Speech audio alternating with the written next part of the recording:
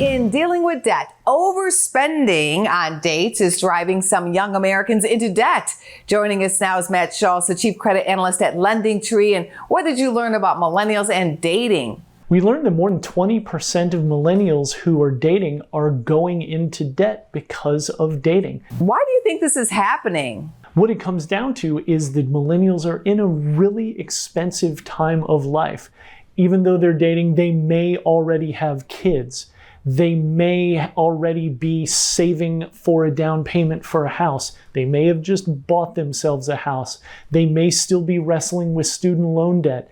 The cost of life during the time of it where the millennials are is a really expensive one. And when you factor in the cost of dating, it just makes it even more so. What are some debt-free dating tips? The good news is that there are things that you can do because, let's face it, nobody's going to stop dating just because things get expensive. So what that means that you should do is, A, you should start with a budget.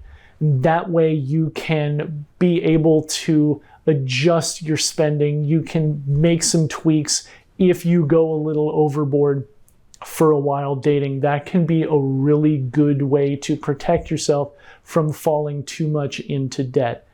B, you can get creative. There are plenty of things that you can do with dating that don't cost a whole lot of money. You can go on a hike. You can do a home-cooked dinner. There's so many different things that you can do with a little bit of creativity, and it can be much more fun, frankly, too. And C, you can leverage credit card rewards. You may not really think about credit cards being able to save you money, but the truth is that the right card used wisely can actually extend your budget in a lot of ways. And that's especially true when inflation is so high, because we may not think that that 1 or 2% cash back that you get from that credit card is worth much, but every little bit counts in a time of high inflation when your budget is tight, when you're living paycheck to paycheck, and when you're trying to spend a little bit more on something as important to our lives as dating. So there are plenty of things that you can do, but what you really can't do is just close your eyes to the whole thing, press forward and keep it on spending, because that's how people get themselves in trouble and find themselves in debt. Thank you, Matt. Thank you, Angie. Always good to talk with you. Go to businessfirstam.com for where to see our show on TV.